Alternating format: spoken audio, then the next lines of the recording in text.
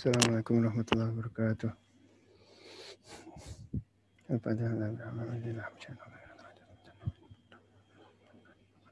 والآخرة إلى حضرة النبي محمد صلى الله عليه وسلم بسر الفاتحة.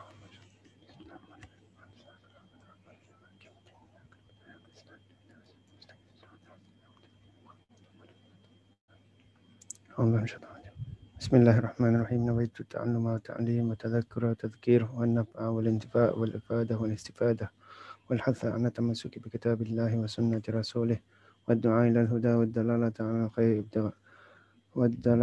خير ابتغاء وجه الله ومرضاته وقربه وثوابه. آمين. بسم الله الرحمن الرحيم. الحمد لله رب العالمين والصلاة والسلام على سيدنا محمد وعلى آله وصحبه أجمعين. أما بعد. So today we continue on our kitab by Habib Ahmad bin Zain al-Habshi, Kitab Risalatul Jami'ah. So we are at the chapter of Hajj, and we have covered the introduction on Hajj. So today we continue on the acts of Hajj. So the matan from the book, it says the acts of the Hajj are of three types: the integral elements, arkan, the duties, which is wajibat, and the sunnah.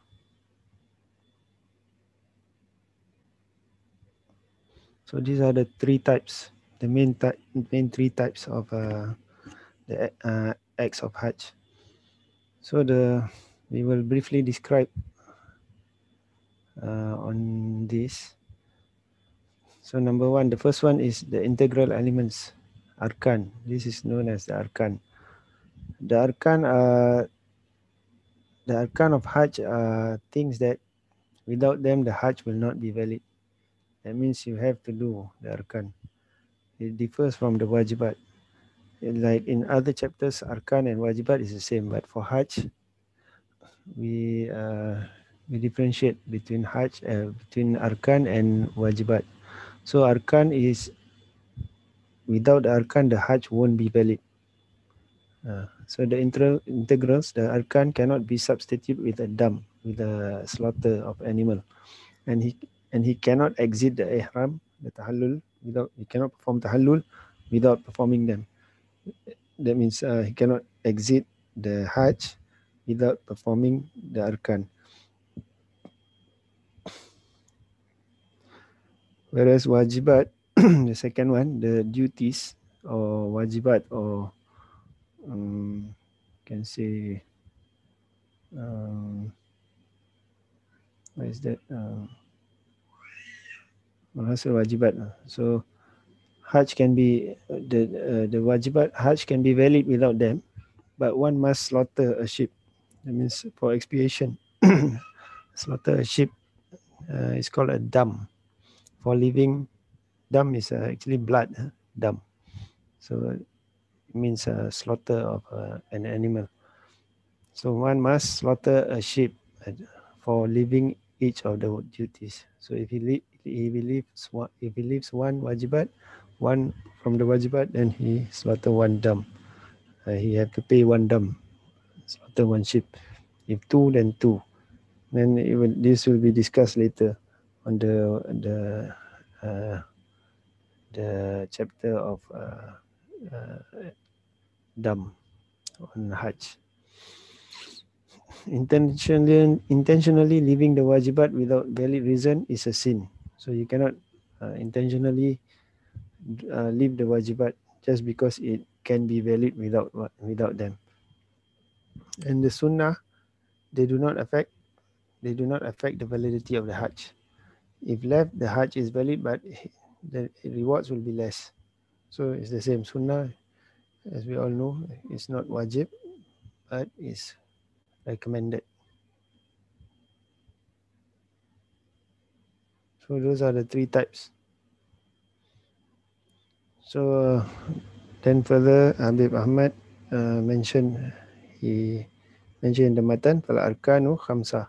So he's explaining the arkan, the integrals of Hajj. Fal arkanu khamsa. Al ihramu wa huwa niyatu ad-dukhuli fil hajj aw al umrah ويستحب أن يقول مع ذلك نويت الحج أو اعتمر أو نويت العمرة أو نويت الحج أو العمرة وأحرمت به لله تعالى ولا يصح الإحرام بالحج إلا في أشهره وهي شوال وذو القعدة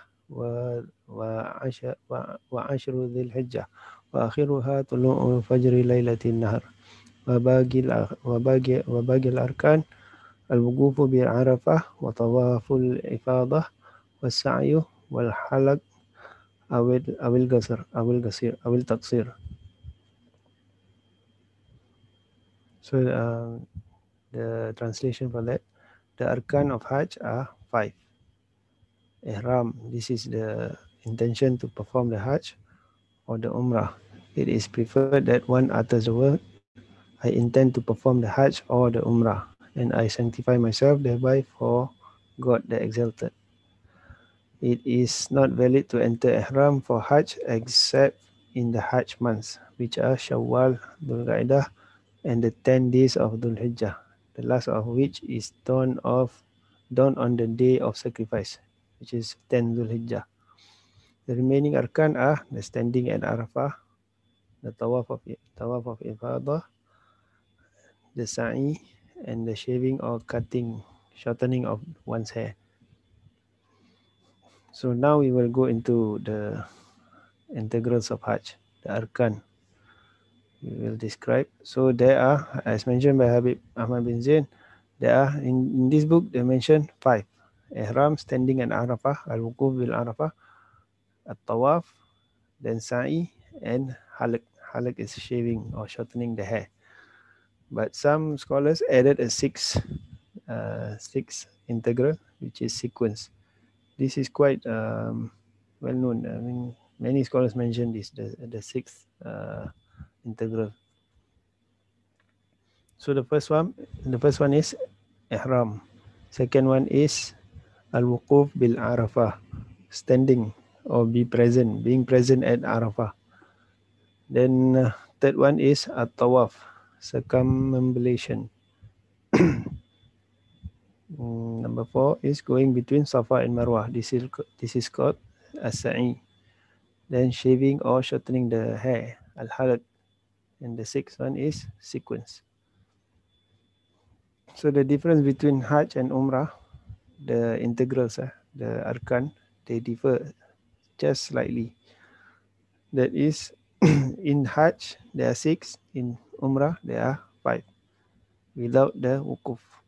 Wukuf in Arafah is only for Hajj, and that is the greatest integral of Hajj. So Umrah you do exactly the same as Hajj, I mean the arkan, without the Arafah, without performing, without needing to perform the wukuf at Arafah. And there's no wajibat for Umrah. Only Hajj have the wajibat. That one we will go through later when the part comes. So we will further explain on the arkan. So we go one by one. I think today we can only cover 1 or 2 arkan, because this ihram is quite long. So the first one is ihram. Ihram, the most superior integral. This is, the most superior integral of Hajj, the most superior arkan of Hajj, according to Ibn Hajar, is standing at Arafah, al-wukuf bil Arafah, based on a hadith, al-hajju Arafah, Hajj is Arafah. So due to this hadith, Ibn Hajar say, amongst the arkan of Hajj, there are 6, right? Wukuf bil Arafah, standing at Arafah, is the most superior arkan. But according to Imam Ramli, is the tawaful ifadah, because tawaf is in the rank of prayers.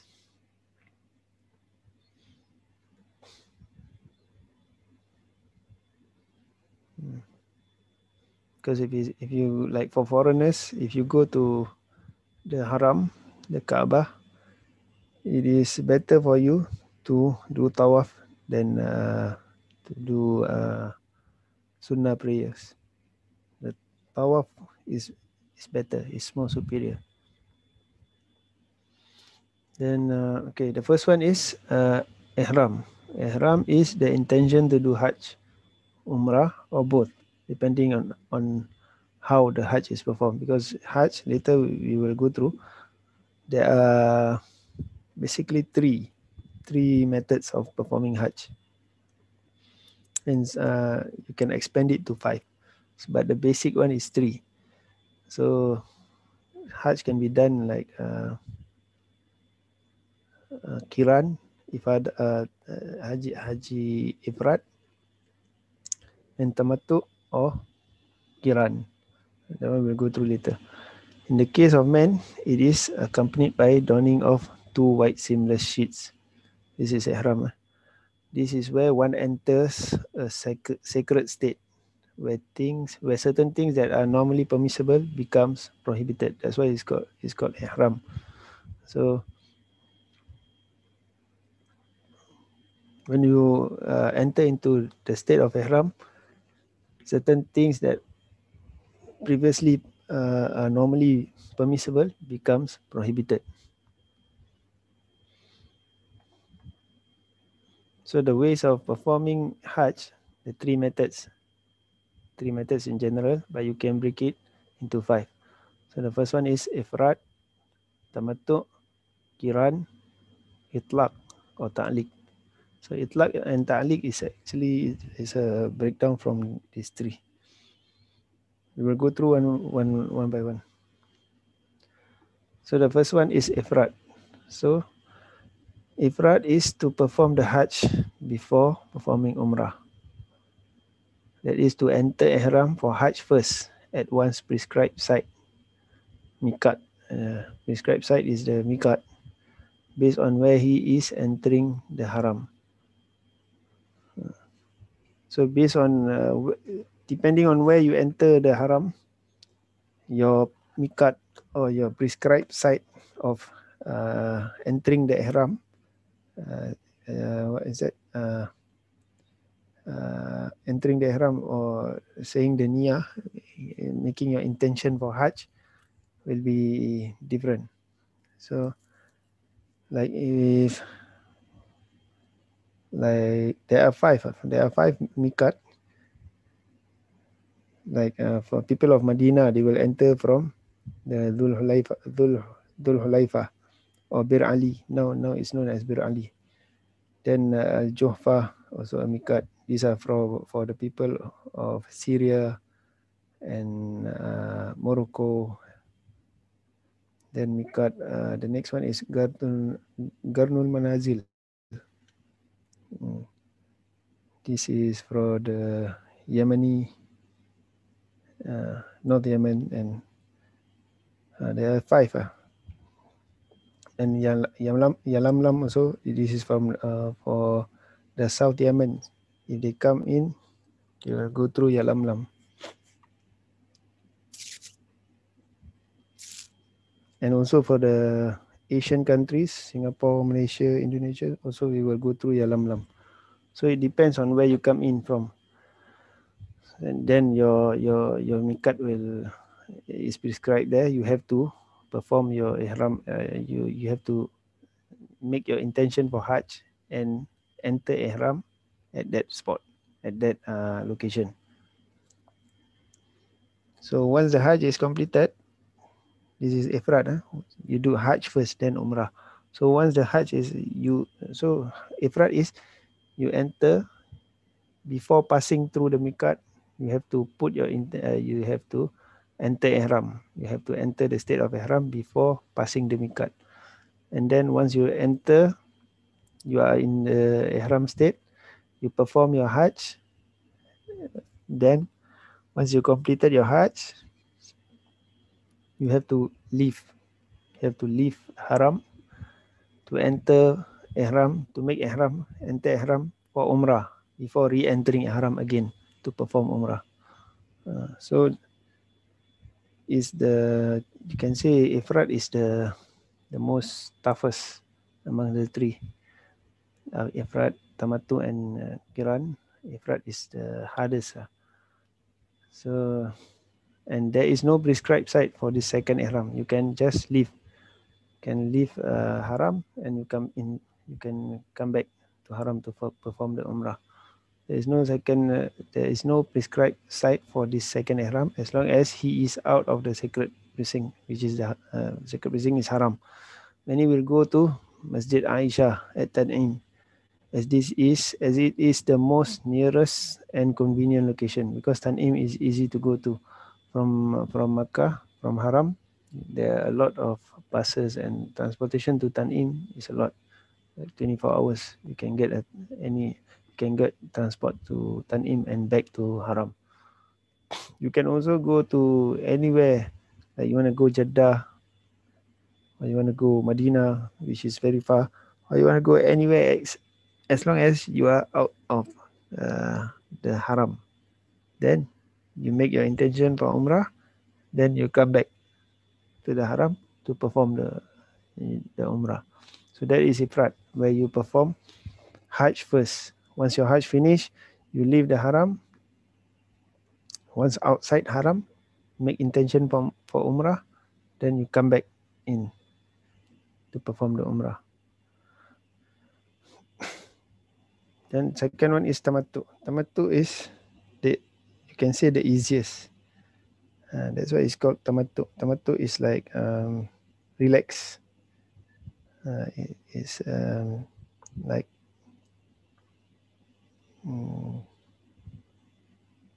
take it easy, something like that. So to perform the Umrah before Hajj, that is Tamattu. You perform the Umrah first. Then once your Umrah is done, then you perform Hajj. So the method is, once the Umrah is completed, you go to same thing. You have to make your intention for Umrah before passing the Miqat. You make the intention for Umrah. Then you enter to perform the Umrah. You enter the Haram, go to Kaabah, go to the Masjid Haram to perform Umrah. Then once your Umrah is done,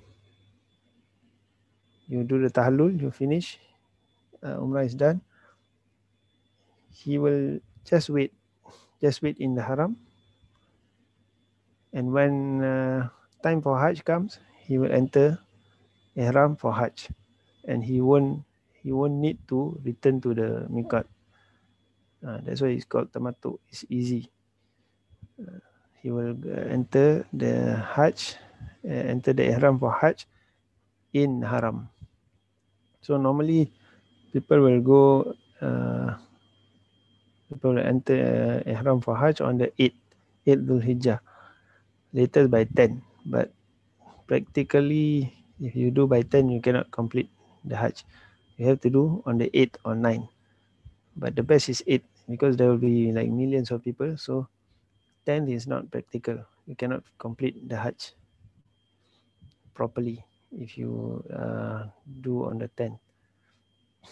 And you will miss some wajibat also. So once the Umrah is done, so again Tamattu is you do Umrah first. Once Umrah is done, you don't need to leave the Haram, and then you enter Ihram for Hajj within Makkah itself, within Haram itself. In this case, it is compulsory for Tamattu. If you take Tamattu, it is compulsory for you to slaughter a sheep. That is pay a dam as expiation, unless he returns to the prescribed Ihram point to enter Ihram for Hajj.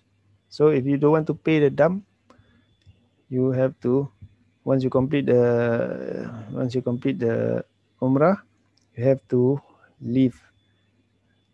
Once you complete Umrah, you can stay within Haram. But then once the time for Hajj comes, you want to Ihram for Hajj, you have to go out of not just out of Haram, like Tan'im. You cannot go Tan'im. You have to return to your Miqat. Like if you come in from Yalamlam, you have to return to Yalamlam.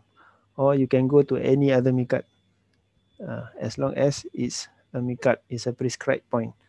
Miqat like Yalamlam and like Bir Ali. Bir Ali is very far. But you can go there, up to you.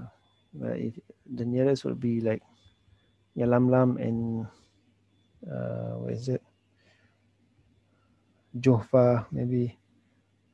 You can, as long as he goes to any mikat and he enter ihram there for Hajj, then he return back to Makkah. Then he don't need to pay the uh, you don't need to pay the dam. You need to slaughter the animal. Mm.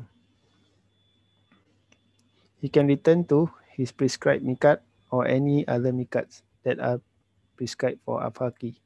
Afaki is those living outside the boundaries of the respective mikats. If you are within, what is that? Within the mikats, the boundaries, within the boundaries of the mikat, then you are not considered afaki. Like if you are from Jeddah, then is the, your mikat is from your home. But if you are outside the mikats, you are living outside, then you are considered afaki. So all all these people, afaki, they will have their prescribed mikats coming towards Makkah, coming towards Haram. If he is living within the Haram or less than 90 kilometers to Marhala from Haram, example Jeddah, no explanation for him. No explanation for him because he is originally from there. So that is he got no mikat. His mikat is his house. Outside his house, that's his mikat. So if he does tamattu, there will be no what is that? No, there's no dam for him. But I think the Hanafi scholars, some scholars say it's like dislike is makruh for those who are within these boundaries to perform Hajj in the way of tamattu. They should do ifrat or they should do kiran because tamattu is too easy for them and there's no dam. So they should perform ifrat instead because it's very easy for them. It's near their house, near their residing places. But if like for foreigners, afaki, they come from far.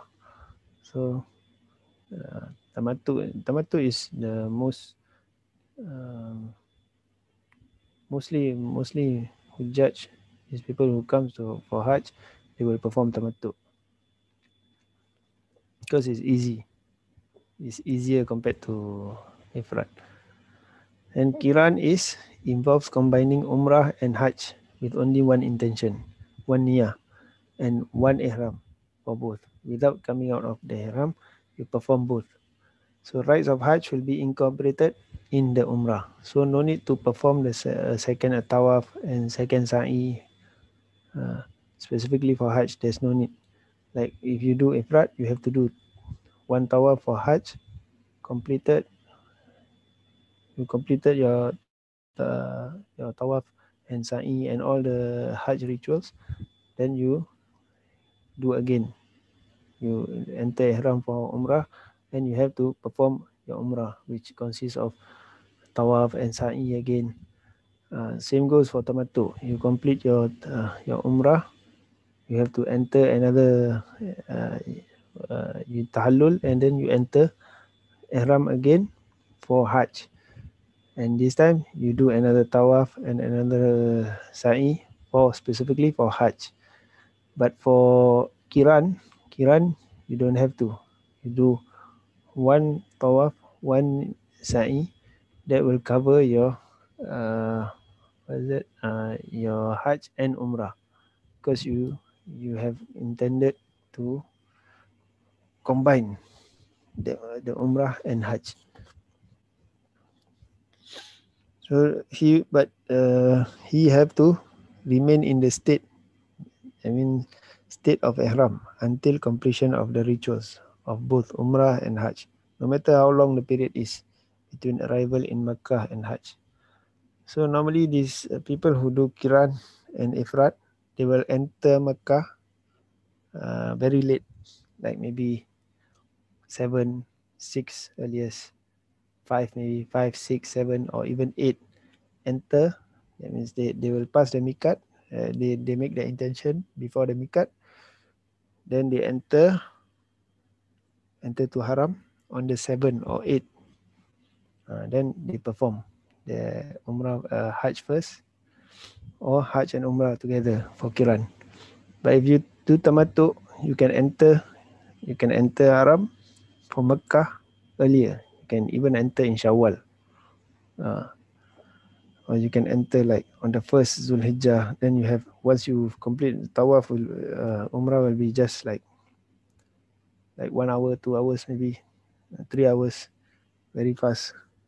Once after that, let's say you enter on the first Zulhijjah, you complete your tawaf within a few hours, then you are free to do whatever you want to do. That means you are no longer, once you do the tahallul, you are out of the ihram. You can do as per normal. Then you wait until the 8th, where you have to enter into ihram again. So that's why it's called tamattu. It's relaxed. So from 1 to 8, you have free time. 7 days, 8 days, 1 week of normal state. You're not in the state of ihram. But if you are doing kiran or ifrat, if you enter on the first Zulhijjah, then you will be always you'll always be in the state of ihram from the first until you complete the hajj, which is about the 10 you can complete. Then 11 you have to do the jamrah and all. 11, 12. So there will be a long time. You have to remain in the state of ihram for a long time. So animal sacrifice is also, dam is also compulsory for those who's doing kiran, unless he return to the prescribed miqat, like tamattu, same thing. Those who live in Mecca cannot perform this type of hajj. They cannot do kiran. They must do ifrat, or they can do tamattu. But tamattu also, some scholars says, is makruh. So for those residing in Mecca or within the boundaries of the miqat, the best for them is do ifrat, because they can do it's like very near their houses. It's easy for them. So those are the three types of ihram, in three types of doing hajj in general. Then following that, you have itlaq. Itlaq is unconditional intention, where one merely intend entering into the performance of rites. Nusuk is called nusuk. Entering into the performance of nusuk without specifying at the time of ihram whether it is for hajj or umrah, or hajj and umrah. So he enters into ihram without specifying this ihram is for hajj or umrah, or hajj and umrah. He just unconditional. He just intend to perform nusuk, to enter into the ihram, state of ihram, to perform a nusuk, which can be hajj or umrah. Then after that, once he enter into the state of ihram, so it's up to him. Once he arrive to the haram, he can choose it. He can choose, may use it as one wishes, to perform hajj or umrah, or hajj and umrah simultaneously. So it's up to him. But if he later decide to perform umrah first, which is actually tamattu, then to he will need to later return to miqat, to enter ihram for hajj or slaughter a sheep. So it's the same thing. Doesn't mean he perform this kind of unconditional intention, he can get away with not paying a dam, because if he perform tamattu, it's the same thing. He have to pay dam. He have to slaughter a sheep. So the rest of the The rulings still apply for this. Then the last one is ta'liq, niyatu ta'liq al-haram. Niyatu ta'liq is tying one's intention to someone else. Example saying, I intend to enter ihram like the ihram of Zaid. So he goes for Hajj with Zaid. But he don't know whether this Zaid is doing tamattu or ifrad or kiran. But he wants to follow Zaid because he's not sure of how to carry out the rituals, the rites of Hajj. So this Zaid is, let's say Zaid is very well versed in rituals of Hajj and has done Hajj many times. So he wants to follow Zaid. So when Zaid is there, he didn't ask Zaid whether this is tamattu, this is umrah, he's entering ihram for umrah or Hajj or both. He just follow. So he say, I intend to enter ihram like the ihram of Zaid. So this is valid. This intention is valid, and he will have to execute the umrah and Hajj accordingly. That means if it's Zaid do umrah first, he have to do umrah first. Zaid do Hajj first, he have to do Hajj first. But all the implications of ifrat, tamattu, and kiran will follow accordingly. So if he does ifrat, then it's ifrat. So you have to do the Hajj first, then have to leave haram and come back again for the for umrah. And tamattu, same thing. If he does tamattu, that means he does umrah first, and he don't need to leave haram. He enter into ihram for Hajj after that, and just slaughter a sheep. Or kiran, same thing. Do the Hajj and umrah simultaneously, and after that pay dam, just slaughter a sheep.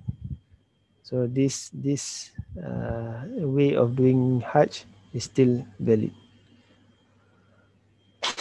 So the best way of performing Hajj is whether it's ifrat or kiran or tamattu, it's up to you actually. But the scholars have differences of opinion. The Maliki says the best is ifrat, followed by kiran, and followed the third one is tamattu. Shafi'i say the best is ifrat, followed by tamattu, and then kiran. The Hanafis say the best is kiran, followed by tamattu, and then ifrat. Hanbalis, the best is tamattu, followed by ifrat, and then kiran. So you can see there, the best can be either kiran, tamattu, or ifrat. So either way you choose, whichever method you choose, it still can be the best within some school. But for us, we are following Shafi'i, then the best according to our school is to perform the Hajj Ifrat, and followed by Tamattu and then Kiran. But there is nothing wrong in choosing whichever that is easier and convenient for one, because Hajj is there's a lot of people, there'll be like a lot of challenges. So don't need to be too hard on yourself. Just choose the easier one and the one that you can handle. And Tamattu is the most preferred actually by most of Afaki. Afaki is people living outside the Mikat, foreigners, because it's convenient and it's easier to to not be in the state of ihram for so long. Because once you are in the state of ihram, there are a lot of things that you cannot do. There are a lot of restrictions that you previously can do, now you cannot do, like cutting your hair, and then you cannot wear perfume, you cannot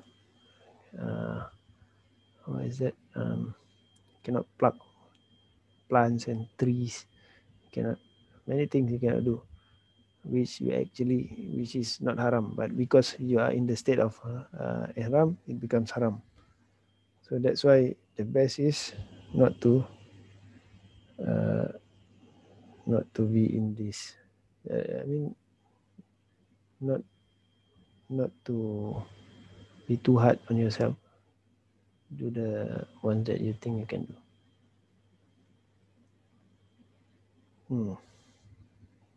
So that is the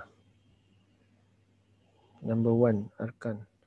Second is the second rukun is standing at Arafah. Wukuf bi Arafah. Standing at Arafah doesn't mean stand. You have to be present at Arafah. You can be sleeping, you can be sitting, you can be lying down. It doesn't matter as long as you are present. That's what it means. Standing at Arafah is because wukuf is like stopping. You are stopping at Arafah. So it is the most superior integral. It is the most superior rukun according to Ibn Hajar, because there's a hadith saying Hajj is Arafah, Al-Hajju Arafah. Whoever sees, attends Arafah before the rising sun of Fajr, then he has performed the Hajj. Oh, there's a hadith.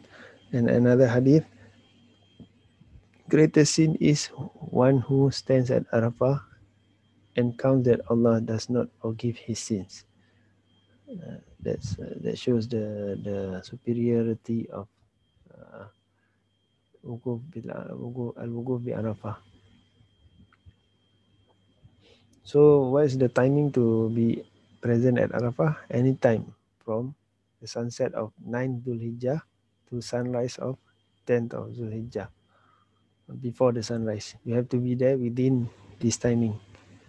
How long? Even for a while. Just 1 second is enough. Or just put two just enter the border 1 second, then he comes out, then leave the place is enough. That's enough. Even if you are unaware, you are in Arafah.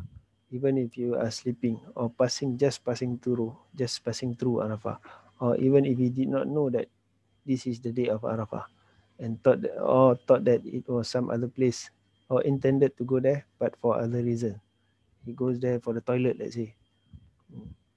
Not to do the wukuf bi Arafah, but he wants to go there to visit the toilet, to go toilet, or to go to the mosque, Masjid An-Namir, Masjid Namira. There's a big mosque there. So just for a while will be sufficient. Conditions for being present at Arafah is easy. It's just he needs to be fit to perform ibadah. Not valid for someone who is not sane or faint or fainted or drunk, because these are people who are not fit to perform ibadah. So as long as he is fit to perform ibadah, even if he has not reached puberty, not baligh, his wukuf bi Arafah is valid. But Hajj from an insane person will be valid if the guardian, the wali, completes the whichever rituals of Hajj that he is not fit to perform. The Hajj will be considered as sunnah, not wajib, because Hajj from an insane person is not wajib, but he can do. It's considered sunnah. So those are that's the second point. The third point is tawaf. Tawaf, I think we continue next week. So that's it. Uh, just the basics of the rukun. So inshallah next week we will go through the third integral. Allahu alam. Bismillahirrahmanirrahim. Rabbana anfa'na bima 'allamtana rabbi 'allimna alladhi yanfa'una rabbi faqqina wa faqih lana wa qarabatin lana fi dinina ma ahli al-qadri anta wa dhakar rabbi wafiqna wa wafiqhum lima tartadi qawlan wa fi'lan karama warzuqil kulla halalan daima وأخلا أدقياء علماء نحظى بالخير ونكفى كل شر ربنا أصلح لنا كل شؤون وأجرنا بالرضا منك العيون واقض عنا ربنا كل الديون قبل أن تأتينا المسلمون واغفر واستر أنت أكرم من ستر وصلاة الله تغشى المصطفى من إلى الحق دعانا والوفاء بكتاب فيه للناس شفاء وعلى الآل الكرام اشرفا وعلى الصحب مصابيه القرار اللهم اهدنا بهداك واجعلنا ممن يسارع في رضاك ولا تولينا وليا سواك ولا تجعلنا ممن خلف أمرك وعصاك وحسبنا الله ونعم الوكيل ولا حول ولا قوة إلا بالله العظيم وصلى الله على سيدنا محمد وعلى آله وصحبه وسلم الحمد لله رب العالمين. Assalamualaikum.